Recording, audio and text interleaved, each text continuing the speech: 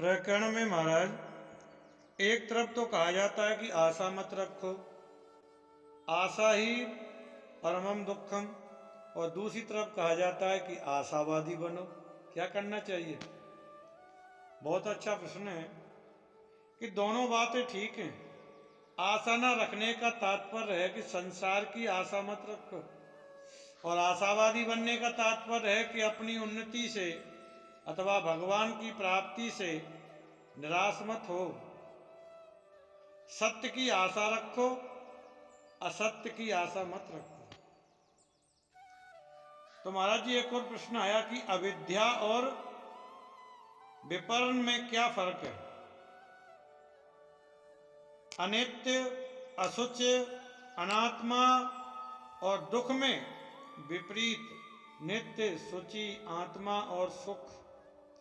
बुद्धि होने का नाम अविद्या, अज्ञान है। रस्सी में सर्प दिखता है, सज्जन को दुर्जन समझना आदि वृत्ति विपरणी है। अविद्या खुद में रहती है और विपरणी वृत्ति अंतकरण में रहती है। जन्म मुक्ति महापुरुषों में अविद्या दोष तो नहीं दिखता, पर विपर्ण दोष रह सकता है, इसलिए उनमें व्यवहार की भूल तो हो सकती है, पर स्वयं की भूल नहीं हो सकती। महाराज जी एक और प्रश्न आया कि आत्मा दृष्टि और परमात्मा दृष्टि में क्या अंतर है? आत्म दृष्टि से ब्रह्म ज्ञान होता है और परमात्मा की दृष्टि से प्रेम होता है। आत्म दृष्टि से सत्य तथा चित्त का अनुभव होता है और परमात्मा दृष्टि से आनंद का अनुभव होता है। यद्यपि परमात्मा सृष्टि से भी सत्य तथा चित्त का अनुभव होता है, पर मुख्यतः अनादि आनंद का अनुभव होता है, पर मुख्यतः सत्य और चित्त ही रहती है। एक प्रश्न और है कि आस्तिक और नास्तिक किसे कहते हैं? जो बिना देखे सुने भी परमात्मा की सत्ता मानते हैं वे आस्तिक हैं, और जो परमात्मा की सत्ता ना मानकर जगत और जीव आत्मा की सत्ता मानते हैं वे नास्तिक कहलाते हैं। तो महाराज एक और बात है कि चेतन और चिन्मयी में क्या अंतर है? देखो, चेतन सापेक्ष है, अर्थात जड़ की अपेक्षा चेतन है, पर चिन्मयी निरपेक्ष है। चिन्मयी का अर्थ है केवल शुद्ध चिंतन, शुद्ध चेतन। महाराज एक और है, एक प्रश्न और हुआ कि सामर्थ्य और एक प्रश्न है स्मार्त और वैष्णव में क्या अंतर है? जो वेदों को, स्मृतियों को, पुराणों को, शास्त्रों को मानते हैं, जो वे कहते हैं वही ठीक है, ये स्मार्त कहलाते हैं, परंतु जो केवल भगवान को ही मानते हैं वे वैष्णव कहलाते हैं। स्मार्त में कर्मकांड की मुख्यता है, पर वैष्णव में भगवान की मुख्यता रहती है। स्मार्त लौकिक है पर वैष्णव अलौकिक है महाराज। तो महाराज एक प्रश्न हो रहा है कि दरिद्र और धनी की पहचान क्या है? कैसे पहचानोगे कौन दरिद्र है कौन धनी है?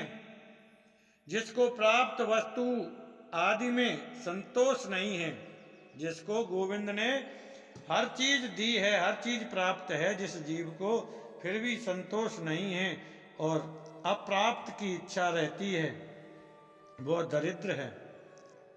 और उसके पास धन ना हो तो भी दरिद्र है, धन हो तो भी दरिद्र है, और जिसको प्राप्ति में संतोष है, वो अप्राप्त की इच्छा नहीं है, वो धनी है। उसके पास धन ना हो तो भी वो धनी है, धन हो तो भी वो धनी है। लेकिन भगवान ने कहा है मोहे कपट छल छिद्र ना भावा मानस का। तो कपट और छल में क्या अंतर है महाराज? कहते हैं कपट तो अपने भीतर होता है, कपट अपने भीतर होता है, पर छल में दूसरों को ठगता है, दूसरे के में दोष दिखता है, ये छिद्र है। तो महाराज एक प्रश्न और कि गुरु, सात्विक और नेता तीनों में क्या अंतर है? गुरु, शासक और नेता में क्या अंतर है? गुरु ज्ञान रूपी प्रकाश देकर के मनुष्य को सही मार्ग देता है, शासक दंड देकर के सही मार्ग देता है, नेता समझाकर सही मार्ग देता है। गुरु सौम्य है, दयालु है, शासक है। राजा क्रूर शासक है और नेता सामान्य, ना सौम्य ना क्रूर शासक है। दुख और करुणा में क्या अंतर है? अपने दुख से दुखी होना दुख है और दूसरे के दुख से दुखी होना करुणा है। दुखी होना भोग है और करुणित होना त्याग है। दुखी में अपनी तरफ दृष्टि रहती है और करुणा में दूसरे की तरफ दृष्टि रहती है। यही फर्क है दुख और करुणा में।